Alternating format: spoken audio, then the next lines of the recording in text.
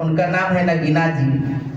कई बार हमसे मिलते हैं तो वो कहते हैं हमसे कि हम भी भक्ति करना चाहते हैं, हम भी चाहते हैं कि गुरुदेव से मिले, हम भी चाहते हैं कि पूजा पाठ कर।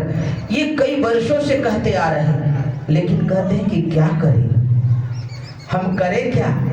चाहत तो है लेकिन फिर भी वो कहते हैं कि कभी ये परेशानी आ जाती, कभी वो परेशानी आ जाती, कभी बच्चे को फीस देने की बारी आ जाती, कभी काम नहीं मिलता, बहुत सारी बातें उनके जीवन में आ जाती। इसके कारण कहते हैं कि हम संसारे से नहीं उबर पा रहे हैं, हम क्या करें। आपके भी जीवन में ऐसी परेशानियां हैं, देखते हैं बहुत सारे उलझने आते, और आप भी सोचते हैं कि अब जाकर के किसी गुरु के शरण में जाकर के मैं हरि नाम का सुमिरन करूंगा। अच्छा, ले भी लेते हैं तो देखते हैं लेने के बाद भी आप वादा कई बार कर देते हैं कि अब हम ठीक से जीवन जिएंगे, लेकिन परिस्थिति कैसी आ जाती है कि ना करने के चाहत में भी कि अब नहीं गलती करूंगा, फिर भी आप क्या करते हैं, कर ही लेते हैं। कोशिश तो बहुत होती है, आप सभी की कोशिश होती है। तो साहब कहते हैं कि अगर व्यक्ति इस भंवर जाल से कहीं बच जाता है, एक तो बचता नहीं, यहाँ पर दूर दूर देखिएगा इतने संख्या है, लेकिन इसमें तो साधु संतों की संख्या तो बड़ा कम है। उसमें भी बहुत सारे गृहस्थ भी लोग हैं, गृहस्थ हो चाहे विरक्त हो, संत तो संत होते हैं। संत बड़े परमार्थी, शीतल उनके अंग, तपन बुझावे और की देत है अपना रंग। तो अगर किसी ने भेष भी धारण कर लिया है तो बहुत बड़ी बात है। आपको कह दिया जाए कि जाइए भेष पकड़ लीजिए तो कहेंगे कि नहीं नहीं बाबू, हमको तो शर्म लगेगा, हम तो जा ही नहीं पाएंगे, हमको तो लज्जा लगेगी।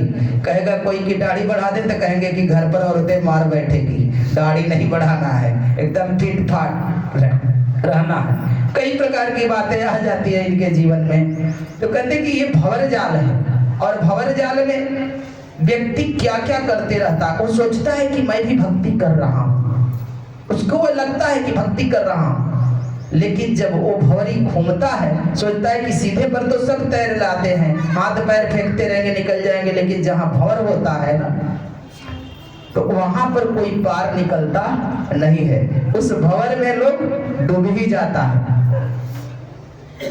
यहाँ तक कि समुद्र में बहुत बड़ा एक भंवर घूमता है, नहीं पता है तो गुरुदेव कभी भी आप लोग जा करके वहां सुनिए, देख करके कोशिश करिएगा। वो समुद्र के बीच भी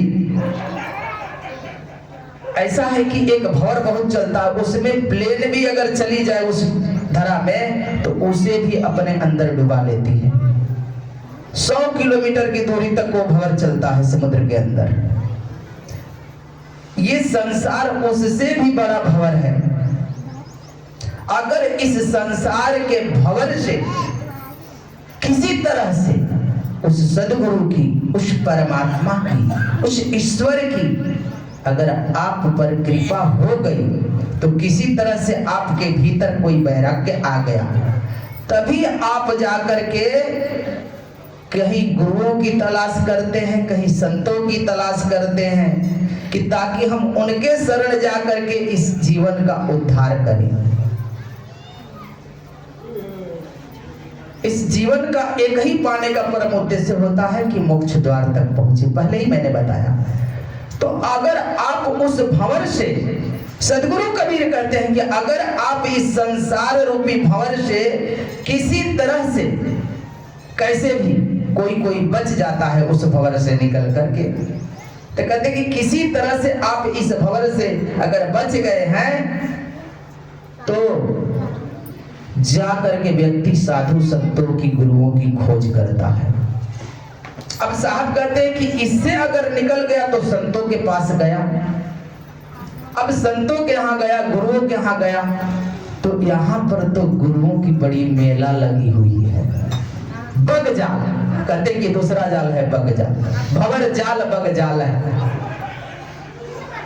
तो दूसरी बात करें कि एक बग जाल है, तो बग जाल कैसा है, तो यहाँ पर बहुत सारे गुरु हैं, और यहाँ पर सभी कहते हैं कि गुरु की पूजा करनी चाहिए। आप लोग भी करते हैं, सभी संसार के मनुष्य करते हैं, क्योंकि गुरु की जो दर्जा दी गई है वह परमात्मा से भी बड़ा है। सदगुरु कबीर साहब तो यहाँ तक कहते हैं कि गुरु गोविंद दो खड़े काको लागू पाए, बलिहारी गुरु आपने की गोविंद दियो बताए। सबसे बड़ी कहते हैं कि सबसे पहले गुरु की पूजा करनी चाहिए, लेकिन इस जगत में गुरु हमें मिल पाता कि नहीं, ये मिलना बड़ी कठिन है, लेकिन गुरुओं का भरमार है, ये भी याद रखिएगा। सदगुरु कबीर साहब एक बात कहते हैं, गुरु गुरु में भेद है, गुरु गुरु में भाव, सोई गुरु नित बंदिए, जो शब्द बतावे दाओ। तो कहते कि यहाँ पर तो बहुत सारे गुरु घूम रहे हैं,